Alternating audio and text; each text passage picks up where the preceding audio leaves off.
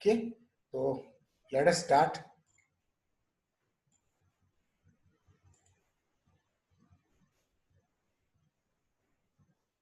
તો મિત્રો આ આપણી ચોપડી છે પેટલ્સ ઓફ લાઈફ, બે ભાગમાં છે, સેક્શન 1 અને સેક્શન 2, બરોબર છે. આ પહેલો પાર્ટ છે ધ લાસ્ટ લેસન બાય આલ્ફોન્સ ડોડેટ, એ જે મેં પૂરો કરી દીધો છે અને એ તમને યુટ્યુબ પર જોવા મળશે. બે પાર્ટમાં છે, પાર્ટ 1 અને પાર્ટ 2. ઓકે મિત્રો, આજે આપણે જે પાઠ ભણવા જઈ રહ્યા છીએ એ પાઠનું શીર્ષક છે, ટાઇટલ છે મેન્ટેનિંગ ડેમોક્રેસી, જેના લેખક છે ડોક્ટર ભીમરાવ આંબેડકર. ઓકે, આપ જાણો જ છો એ પ્રમાણે એમનો જન્મ 1891માં એમનો જન્મ થયો હતો અને 1956માં એમનું મૃત્યુ થયું હતું. ડોક્ટર બી.આર. આંબેડકરને તો આપણા ભારતીય બંધારણના પિતામહ કહેવાય છે. જો આપણે એમના કેરિયરની વાત કરીએ તો એક જ્યુરિસ્ટ તરીકે એમણે કામ કર્યું છે. હી વોઝ અ પોલિટિશિયન, એક સારા ઇકોનોમિક્સ એટલે કે અર્થશાસ્ત્રી હતા અને સામાજિક પરિવર્તન લાવનાર એક બહુ જ મોટી હસ્તી એ હતા. એમને કોલંબિયા અને લંડન સ્કૂલ ઓફ ઇકોનોમિક્સ તરફથી ડોક્ટરલની ડિગ્રી એમને આપવામાં આવી હતી. એમને મરણોત્તર પોસ્ટુમસલી એટલે એમના મૃત્યુ બાદ 1990ની અંદર ભારત રત્ન પણ આપવામાં આવ્યો હતો. આ પાઠની અંદર આપણે ડેમોક્રેસીને કેવી રીતે સાચવી શકીએ, બરોબર છે, એના વિશે વાત કરવાના છીએ. તો ચાલો મિત્રો આપણે પાઠ ભણીએ. તમારી નોટની અંદર તમે ટાઇટલ લખજો, ટાઇટલનું નામ લખજો, લેખકનું નામ લખજો. ઓકે, આપણે આપણા પાઠની શરૂઆત કરીએ છીએ.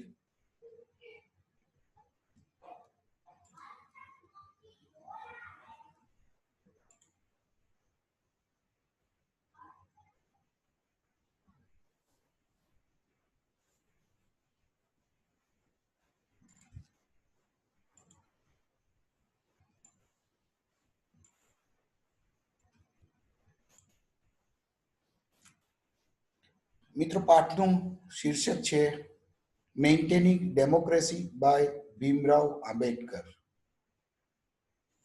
ટાઇટલ તમે લખો. આશીષ, અવાજ સંભળાય છે બરોબર? હાથ ઊંચો કરીને આ કહી દે, હાથ ઊંચો કરી દે. Okay okay okay, fine. Lesson number 2 છે આ. તમે નોટ ને પેન લઈને જ બેસજો, કારણ કે અહીંયા પાઠ પૂરો થશે એટલે પરીક્ષામાં તો તમારે એના જવાબ, પ્રશ્નોના જવાબ કે જે કંઈ છે એ લખવું પડશે. હું તમને ઓનલાઈન ટેસ્ટ પણ તમારી લેવાનો છું, બરોબર છે, જે તમારી ઇન્ટરનલ પરીક્ષામાં માર્ક્સ ગણાશે. એટલે આ બધી વસ્તુઓ તમે તમારા મિત્રોને કહેજો. એને જરાય તમે હળવાશથી લેશો નહીં કે હવે ભણ્યા ના ભણ્યા, ના ના ના, બરોબર છે. સો take it seriously. Maintaining Democracy by Dr. Bhimrao Ambedkar. If we wish to maintain democracy, okay, not merely in form, આપણે જો આપણી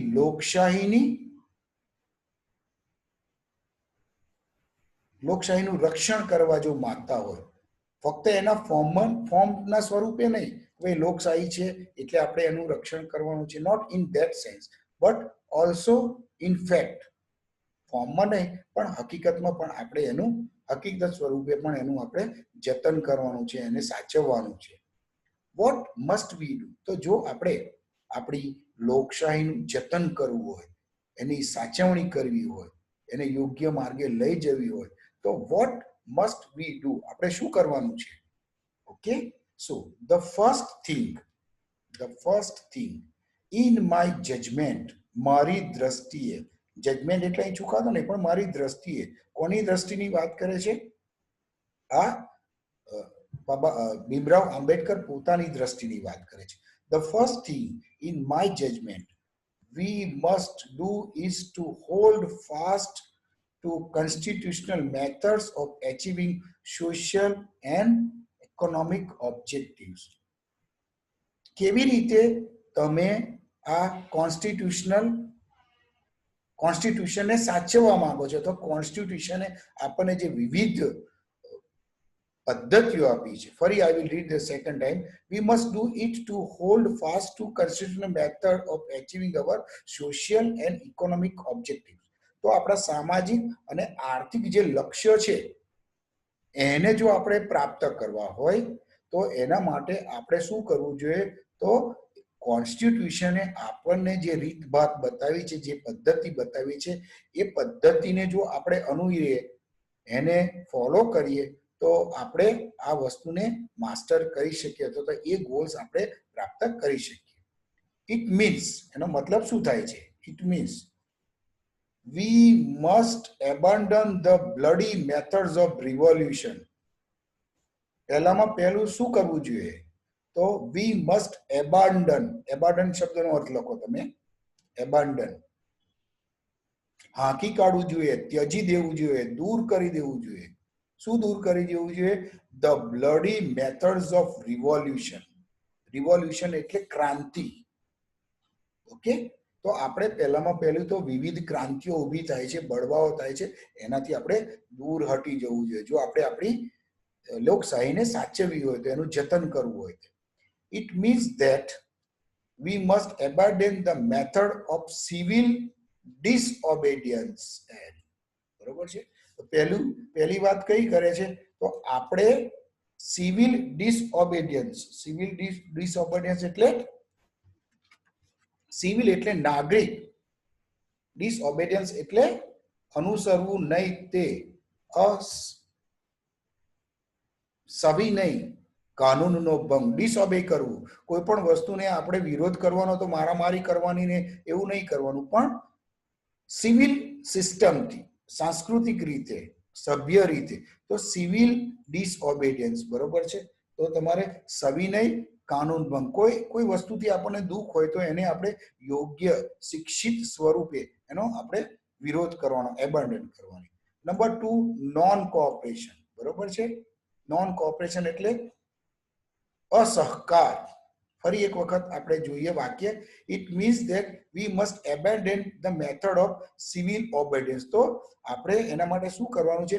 પહેલું તો સવિનય કાનૂન ભંગ કરવાનો છે. નંબર 2 આપણે અસહકાર કરવાનો છે. અને ત્રીજું છે સત્યાગ્રહ. તો આ ત્રણ વસ્તુને આપણે એબન્ડન કરવાની છે, એનાથી દૂર થવાનું છે. આ બધી વસ્તુઓ નહીં કરવાની. કઈ વસ્તુ નથી કરવાની? સિવિલ ડિસઓબેડિયન્સ, નોન કોઓપરેશન અને સત્યાગ્રહ. તો it means that we must abandon the method of civil. આ બધી વસ્તુથી આપણે દૂર રહેવું જોઈએ. when there was no way left, જ્યારે કોઈ રસ્તો રહે નહીં, for constitutional methods for achieving economic and social objectives, જ્યારે આર્થિક અને સામાજિક લક્ષ્યો પ્રાપ્ત કરવા માટેનો કોઈ આપણી જોડે બંધારણીય રસ્તો ના રહે. ફરી કહું છું, જ્યારે આર્થિક અને સામાજિક લક્ષ્યાંકો પ્રાપ્ત કરવા માટે આપણી પાસે કોઈ બંધારણીય રીત ના હોય, ત્યારે there was a great deal of justification. Okay, there was a great deal of justification for unconstitutional method. Okay, અને ત્યારે શું થાય છે? જે અનકોન્સ્ટિટ્યુશનલ મેથડ્સ છે, ગેર બંધારણીય જે પદ્ધતિઓ છે, એનો જ્યારે લોકો ઉપયોગ કરે છે ને, ત્યારે પછી એના ખુલાસા પણ કરે છે. there was a great deal of justification for unconstitutional methods. તો જે કોન્સ્ટિટ્યુશનલ મેથડથી વિરુદ્ધની રીતે આપણે જ્યારે મેન્ટેન કરવા જઈએ, બરોબર છે, ત્યારે જે કોન્સ્ટિટ્યુશનલ મેથડ દ્વારા આપણે એ નથી કરતા, ત્યારે આપણે એના ખુલાસા કરીએ. ના, એ તો આવી રીતે થાય, ના એનું તો આ કહેવાય, એનું આમ થાય, એનું આમ થાય. આપણે આપણી રીતે એના ખુલાસા કરતા હોઈએ છીએ. But where constitutional methods are open, there can be no justification for these unconstitutional methods, બરોબર છે. તો જ્યારે આપણી બંધારણીય પદ્ધતિઓ આપણી સામે છે, ખુલ્લી છે, આપણને દેખાય છે, ત્યારે there can be no justification for these unconstitutional methods. બરોબર છે. તો ત્યારે અનકોન્સ્ટિટ્યુશનલ મેથડ ના ખુલાસાની જરૂર નથી. શું કરવા? તમારી સામે છે, કોન્સ્ટિટ્યુશન આવું કહે છે, એ પ્રમાણે તમારે ફોલો કરવાનું છે તમારે. These methods are nothing but grammar of anarchy. Anarchy એટલે અંધાધૂંધી. And the sooner they are abandoned, the better for us. અને આ જે પદ્ધતિઓ છે એ શું છે? Grammar of anarchy. આ અંધાધૂંધીની માતા છે, જ્યાંથી શરૂઆત થાય છે, મૂળિયા છે એના. અનકોન્સ્ટિટ્યુશનલ જે મેથડનો આપણે ઉપયોગ કરીએ છીએ ને એને એટલા માટે જ આપણે આ મેથડ્સને, આ પદ્ધતિઓને બને એટલી ઝડપથી શું કરવું જોઈએ? એને ત્યાગવી જોઈએ, એને દૂર કરવી જોઈએ. Paragraph number 2.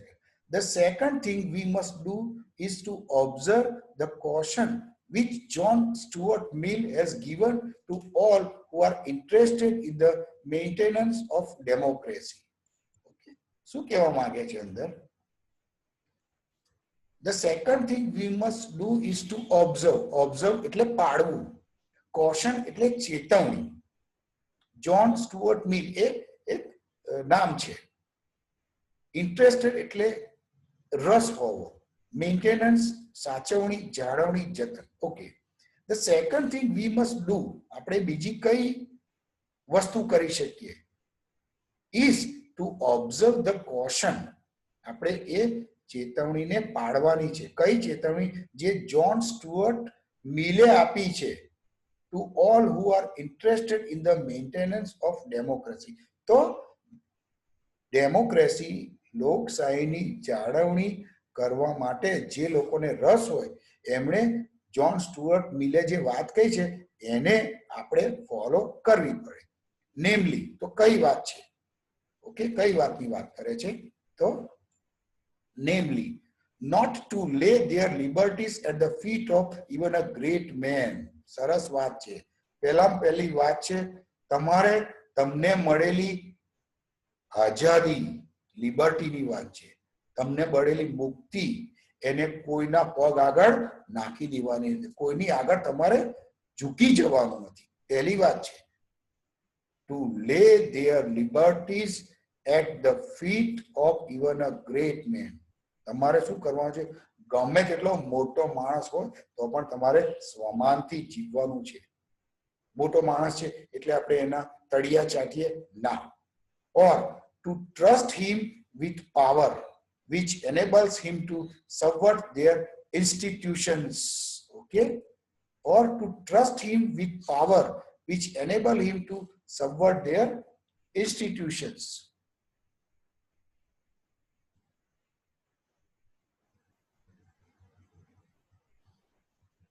શું કરે છે આ વ્યક્તિઓ? જે સંસ્થાનો ઊભા થયેલા છે એ એમની સત્તાને કારણે, સત્તાને લઈને, સત્તાથી એને દૂર કરી નાખે છે. ઓકે, બંધ કરી દે છે, ઉથલાવી નાખે છે.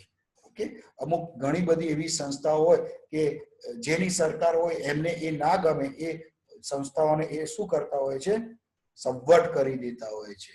ઓકે, એને નાશ કરી નાખે, ઉથલાવી નાખે. એમને જે ગમે એ રાખે, ના ગમે એને એ દૂર કરી દે. વ્યક્તિ પણ આવી શકે, હ્યુમન બીઇંગ્સ પણ આવી શકે. એ આ માણસને આપણને નથી ભાવતો એને પદ ઉપરથી દૂર કરે. આ માણસ આપણને ગમે છે એને લાવી દો. તો આ સત્તા જેની પાસે હોય છે એને આ શસ્ત્ર મળી જાય છે, પાવરનું. એને enable him to subvert their. There is nothing wrong in being grateful to great men. Okay? Great men એટલે મોટા માણસો. આપણે કોઈ મોટા માણસ પ્રત્યે આભારની લાગણી વ્યક્ત કરીએ, કોઈના આભારી બનીએ તો એમાં કશું ખોટું નથી. Men who have rendered lifelong services to the country. Okay? તો જે લોકોએ આખા જીવનકાળ દરમિયાન જે દેશની સેવા કરી છે એ લોકો પ્રત્યે આપણે કૃતજ્ઞ બનીએ, આભારની લાગણી વ્યક્ત કરીએ તો એમાં કશું ખોટું નથી. ઘણા આપણા બધા જે નેતાઓ છે, ગાંધીજી છે, સરદાર વલ્લભભાઈ છે, નહેરુજી છે, સુભાષચંદ્ર બોઝ છે, આવા અગણિત નામ ઇતિહાસમાં છે. તો એવા લોકોને આપણે સન્માન આપવું જોઈએ. એમની આગળ આપણે આભારની લાગણી વ્યક્ત કરીએ તો એમાં જરાય ખોટું નથી, કારણ કે એમણે એમનું જીવન આપણા દેશ માટે સમર્પ્યું છે, દેશની પ્રગતિ માટે. But there are limits to gratefulness. પણ પછી એ ગ્રેટફુલનેસ જે કહેવાય, કૃતજ્ઞતા કહેવાય, આભાર બસતા કહેવાય, એની પણ કેટલીક મર્યાદાઓ છે. S has been well said by the Irish patriot Daniel O'Connell, no man can be grateful at the cost of his honor. બહુ સરસ બીજી વાત કરી છે. કોણે? Irish પેટ્રિયોટ Daniel ઓકોનેલ. પેટ્રિયોટ એટલે દેશભક્ત. તો આયર્લેન્ડના ડેનિયલ કોનલે કઈ વાત કરી છે? No man can be grateful at the cost of his honour. સ્વમાનને ભોગે કોઈના પગમાં પડવું નહીં, કોઈના આભારી થવું નહીં, કૃતજ્ઞ થવું નહીં. બરોબર છે? આ વસ્તુ સામાન્ય જીવનમાં પણ એટલી જ મહત્વની છે. બરોબર છે? શા માટે બિનજરૂરી આપણે કોઈની દાઢીમાં હાથ નાખવો અથવા તો કોઈની મદદ લેવી? કે ફરી કઈ વાંચી જાઉં છું. No man can be grateful at the cost of his honour. એને એના માન સન્માનને ભોગે, બરોબર છે, કશું કરવું નહીં. બીજું છે, no woman can be grateful at the cost of her chastity. કોઈ પણ વ્યક્તિ, કોઈ પણ સ્ત્રી હોય ખાસ કરીને, તો એણે પોતાની ચેસ્ટિટી એટલે ઇજ્જત. તમે સમજી શકો છો ઇજ્જતનો અર્થ શું છે? બરોબર? તો કોઈ સ્ત્રીએ પોતાના શરીરના ભોગે, પોતાની ઇજ્જતના ભોગે પણ કશું કરવું જોઈએ નહીં. ઓકે, બધું બનવાનું છે. ઘણી વખત આપણે આપણું સ્વમાન, આપણી ઇજ્જત, આ બધું નેવે મૂકી અને કશું કરતા હોય છે, ક્યાંક કોઈ કામ કરવા માટે. And no nation can be grateful at the cost of liberty. Okay? તો આપણે સ્વતંત્રતાના ભોગે કશું જ કરી શકીએ નહીં. આપણે we cannot do anything. આપણા દેશના સાર્વભૌમત્વ, આપણા દેશની મુક્તિ, આપણા દેશની આઝાદી, એના ભોગે આપણે કશું કરી શકીએ નહીં. This caution એટલે ચેતવણી, મેં આગળ કીધું, is far more necessary in the case of India than in the case of any other country. તો આ જે સ્ટુઅર્ટ મિલે જે કોશનની, જે ચેતવણીની વાત કરી છે મિત્રો, એ બીજા બધા દેશો કરતા આપણા દેશને વધારે લાગુ પડે છે. બરોબર ને? તમે જો થોડું ઘણું પણ ધ્યાન આપો રાજકારણમાં, બરોબર છે, તો તમને આ વસ્તુનો ખ્યાલ આવે કે બીજા બધા દેશો લોકશાહીને કેવી રીતે જુએ છે અને આપણા દેશની અંદર આપણે લોકશાહીને કેવી રીતે જોઈએ છે, અથવા તો આપણે આપણી લોકશાહીનું જતન કરવા માટે શું કરીએ છીએ. ઓકે, તો એ અહીંયા આપણને સ્ટુઅર્ટ મિલ કહે છે કે શું કરવાનું છે તમારે એના જતન માટે. ફોર ઇન્ડિયા, ભક્તિ or what may be called the path of devotion or hero worship plays a part in its political unequal in magnitude by the part it plays in the politics of any other country in the world. Okay, ઇન્ડિયાની વાત કરીએ, ભારતની વાત કરીએ. ભક્તિ or what may be called the path of devotion. ભક્તિનો મતલબ શું છે?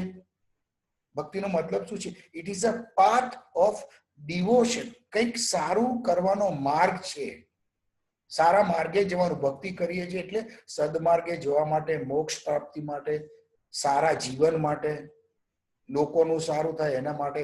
તો એ આપણે ભગવાનની, આપણે જે ઈષ્ટદેવ છે એની ભક્તિ કરીએ છીએ. ઓર હીરો વર્શિપ. હીરો વર્શિપ એટલે આપણા માટે જે હીરો છે એની આપણે પૂજા કરીએ છીએ, એને આપણે મહાન ગણીએ છીએ. બરોબર છે? તો જુદા જુદા લોકો માટે જુદી જુદી વ્યક્તિ મહાન હોઈ શકે. તમે ક્રિકેટની અંદર જો તો કેટલાય લોકો સચિન તેંડુલકરના દીવાના છે, કેટલાય લોકો અમિતાભ બચ્ચન માટે માન સન્માન ભગવાન જેવા ગણે છે. તો આ કેવા અંધભક્તો છે? એક તો આપણે ભગવાનની ભક્તિ કરીએ છીએ, બીજી બાજુ આપણે માણસોની પણ ભક્તિ કરીએ છીએ. કે bhakti in religion may be a road to the salvation. જ્યારે આપણે ધર્મમાં ભક્તિ કરે છે, ધાર્મિક ભક્તિ કરીએ છીએ, આપણે યાત્રા કરીએ છીએ, મુસ્લિમો હોય તો મક્કા મદીના જાય, ક્રિશ્ચિયન્સ હોય તો પેલેસ્ટાઇન ઇઝરાયલ જાય, ઓકે, પંજાબી શીખ હોય તો એ ગોલ્ડન ટેમ્પલની. તો દરેક ધર્મ પોતપોતાના ઈષ્ટદેવની પૂજા અર્ચના કરે છે, એની ભક્તિ કરે છે. Four vote? ફોર સાલ્વેશન, મોક્ષ માટે. સાલ્વેશન એટલે મોક્ષ. તો મોક્ષ માટે એ શું કરે છે? શું કરે છે? એ ભક્તિનો પથ અપનાવે છે. બટ ઇન પોલિટિક્સ, પણ જ્યારે રાજકારણની વાત આવે છે, bhakti of hero worship is sure road to degradation and to eventual dictatorship. હવે ભક્તિની રાજકારણની વાત આવે છે. રાજકારણમાં ભક્તિ એટલે શું? અત્યારે ઘણી વખત વોટ્સએપ અને એમાં ભક્ત ભક્ત એવો શબ્દ આવે છે. તો એ પોલિટિકલ સાઈડથી એને લેવામાં આવે છે. રાજકારણની દ્રષ્ટિએ ભક્ત એ શું? તો ભાઈ જે સત્તા પક્ષ હોય એના અનુયાયીઓ, ભક્તો. ઓકે, તો જ્યારે રાજકારણમાં વ્યક્તિ પૂજા થાય, ભક્તિ થાય, વ્યક્તિને જ્યારે તમે ભગવાન ગણો, ત્યારે શું થાય છે? Sure road to degradation.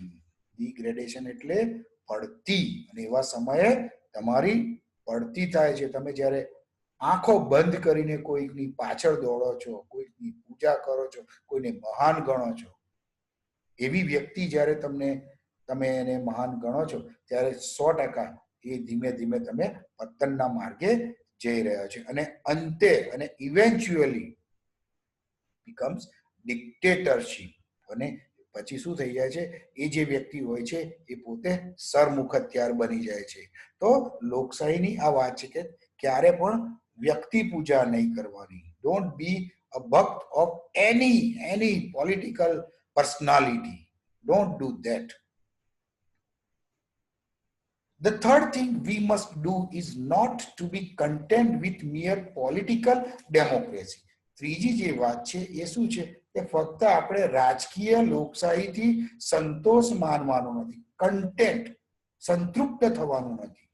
Bus political આપણને ડેમોક્રેસી મળી ગઈ, કાગળ પર આપણે લોકશાહી મળી ગઈ એટલે બોયો આઈ એમ વેરી હેપી. ના, એવું નથી. We must make our political democracy a social democracy as well. Okay, તો આપણે શું કરવાનું છે? પોલિટિકલ ડેમોક્રેસીની સાથે સાથે આપણે સામાજિક લોકશાહી પણ બનાવવાની છે. આપણે પોલિટિકલ લોકશાહીની વાત કરીએ છીએ, પણ ફક્ત પોલિટિકલ લોકશાહી નહીં, આપણે સાથે સાથે સામાજિક લોકશાહી પણ ઊભી કરવાની છે. Political democracy cannot last unless there lies at the base of its social democracy. તો જો સોશિયલ ડેમોક્રેસી ન હોય, શામાં? પોલિટિકલ ડેમોક્રેસીના મૂળમાં જો સામાજિક લોકશાહી ના હોય તો એ પોલિટિકલ ડેમોક્રેસી ટકી શકતી નથી. What does social democracy mean? તો મિત્રો, સોશિયલ ડેમોક્રેસીનો મતલબ શું છે? What is the meaning of social democracy? It means, એનો મતલબ થાય છે, it means a way of life which recognizes liberty, equality and fraternity as the principles of life. બહુ ઇમ્પોર્ટન્ટ વાત છે. એનો મતલબ શું છે? જે લિબર્ટી, ઓકે, સાર્વભૌમત્વ, મુક્તિ, સ્વતંત્રતા, એ એટલે લિબર્ટી, ઇક્વાલિટી એટલે સમાનતા, અને ફ્રેટર્નિટી, ત્રણ શબ્દોના અર્થ લખજો તમે. ફ્રેટર્નિટી એટલે બંધુત્વ, ભાઈચારો, as the principle of life. તો તમે જ્યારે તમે આ ત્રણ બાબતોને તમારા જીવનના સિદ્ધાંતો બનાવો તો તમે સોશિયલ ડેમોક્રેસીમાં છો. અથવા સોશિયલ ડેમોક્રેસી તમે એને ઊભી કરી શકો જ્યારે એના પાયામાં લિબર્ટી, ઇક્વાલિટી અને ફ્રેટર્નિટી હોય. These principles of liberty, equality and fraternity are not to be treated as separate items. તો આ ત્રણ વસ્તુની જે વાત કરીએ છીએ, બરોબર છે, કઈ કઈ? લિબર્ટી, ઇક્વાલિટી અને ફ્રેટર્નિટી. એને તમારે અલગ અલગ નથી માનવાની કે ભાઈ લિબર્ટી, ઇક્વાલિટી, પણ એ ત્રણેયને એક ગણવાની છે તમારે. ટ્રિનિટી.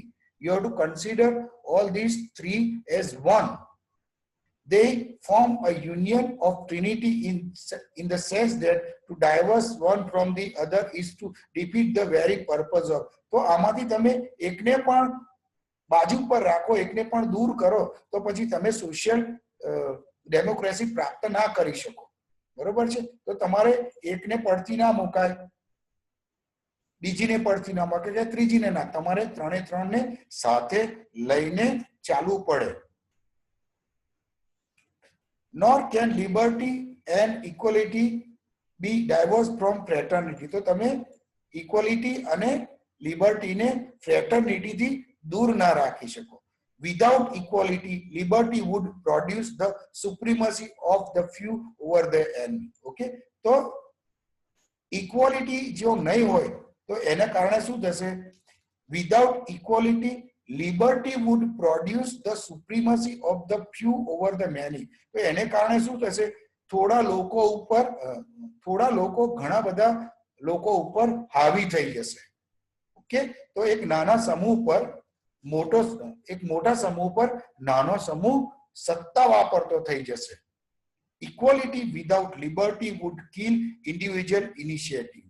તો સમાનતા વિનાની મુક્તિ, સ્વતંત્રતા સાને મારી નાખશે? વ્યક્તિગત સાહસ. વ્યક્તિગત સાહસનું શું થઈ જશે? ખૂન થઈ જશે. વ્યક્તિગત સાહસ પૂર્ણ થઈ જશે.